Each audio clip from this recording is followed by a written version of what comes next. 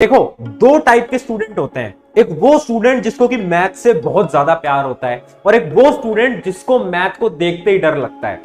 और डर लगने का मेजर रीजन है कि यार उससे क्वेश्चन नहीं बन पाते। उसको यह समझ नहीं आता कि जब क्वेश्चन सॉल्व ना हो मैथ के तो डीमोटिवेशन को कैसे खत्म करा जाए। उसे यह समझ नहीं आता कि जो मैथ है उसका प्रॉपर वे क्या है स्टडी करने का, और उसे यह समझ नहीं आता कि मैथ को आखिर स्टार्ट कहां से करें। मेरा नाम है प्रशांत, मैं आप सभी का अपना प्रशांत भैया।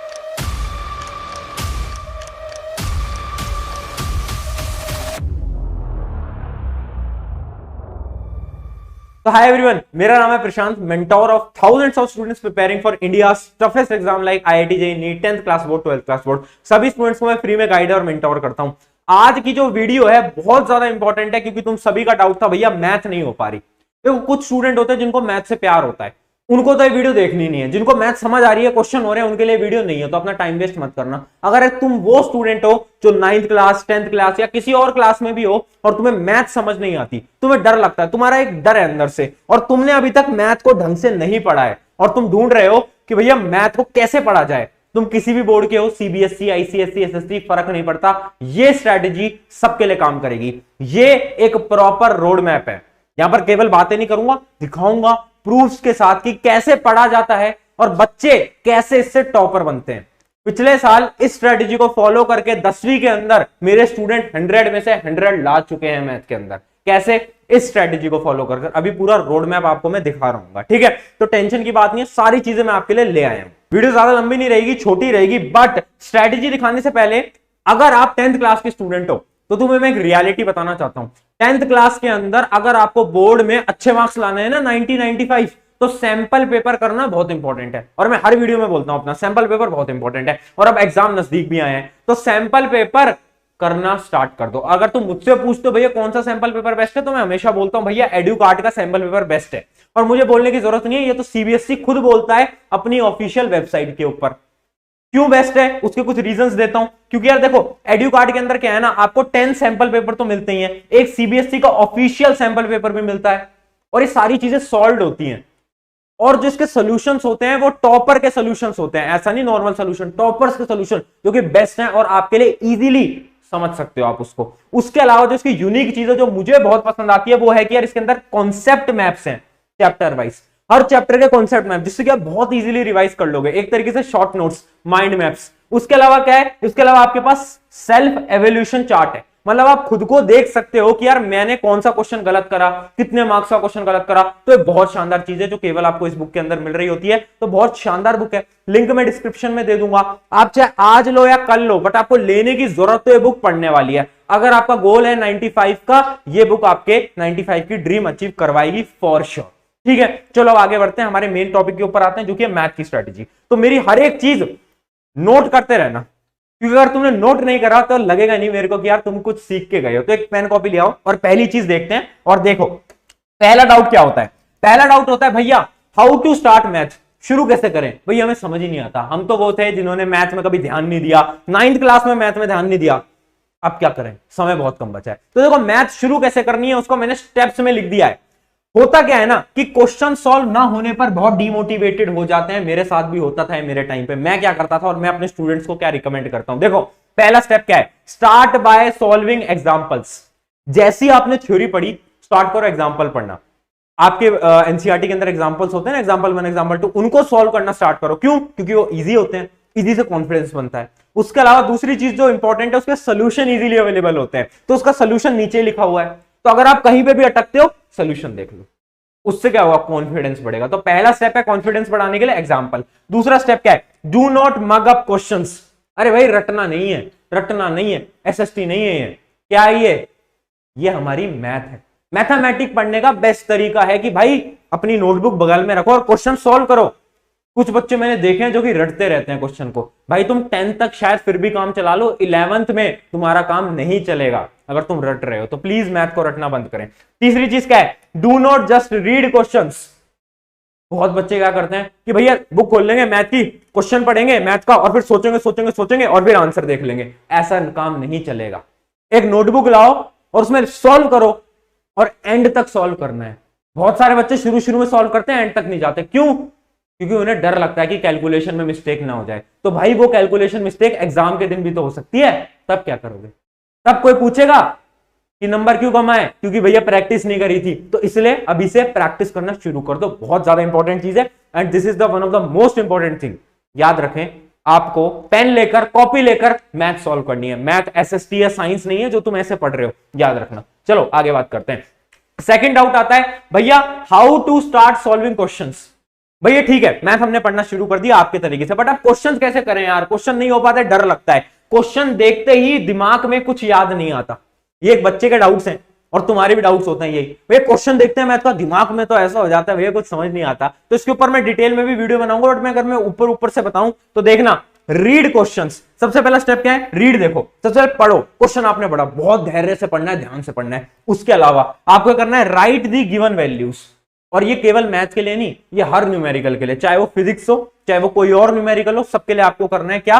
पहले क्वेश्चन पढ़ोगे, उसके बाद लिखोगे गिवन वैल्यूज क्या है, पूछ क्या रहा है और गिवन क्या है। उसके बाद क्या करना है? Remember the formula. अब सोचो कि कौन सा फॉर्मूला इसके अंदर यूज होगा, फिर आप वहां फॉर्मूला लिख लेना। उसके बाद करो इसको सॉल्व करना स्टार्ट करो। और क्या है? Solve full question, calculation miss मत करो। जैसा मैंने अभी पॉइंट बताया, बहुत सारे बच्चे केवल देखते हैं कि इस क्वेश्चन के अंदर तो ये फॉर्मूला लग जाएगा, ये तो मुझे आता है, मैं इसको सॉल्व नहीं करूंगा। अरे भाई कुछ क्वेश्चन ऐसे होते हैं जो कि आसान होते हैं, बट कैलकुलेशन लेंदी होती है।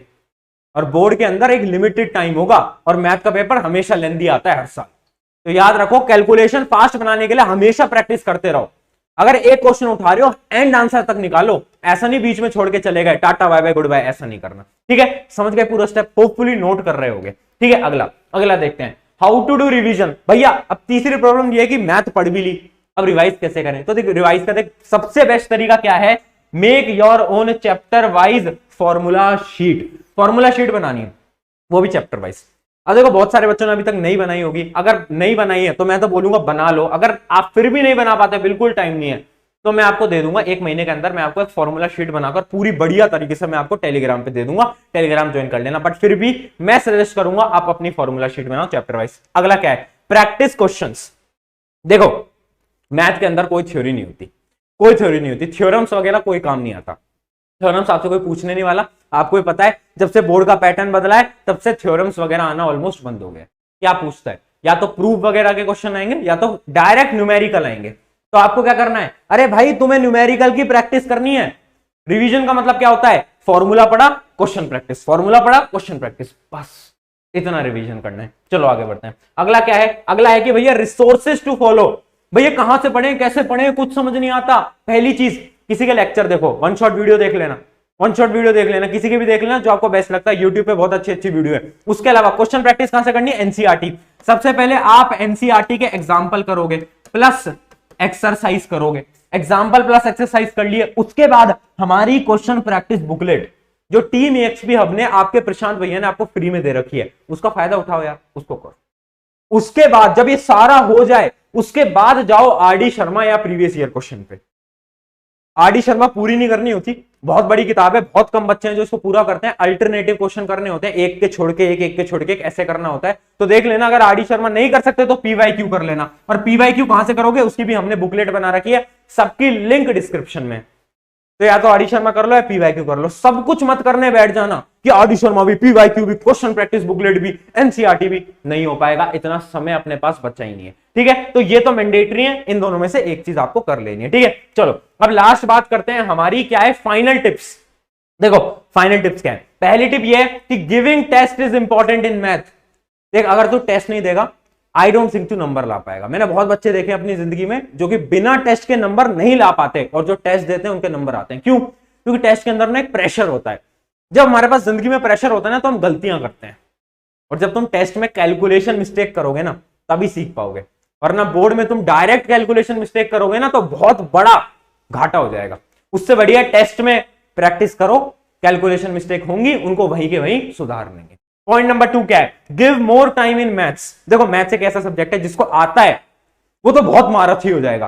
कुछ बच्चे होंगे आपकी क्लास में जो कि मैथ में बहुत अच्छे होंगे, बट कुछ ऐसे होते हैं जिनको नहीं समझ आती। तो उनको क्या करना है? मैथ में टाइम देना है। Math is all about practice.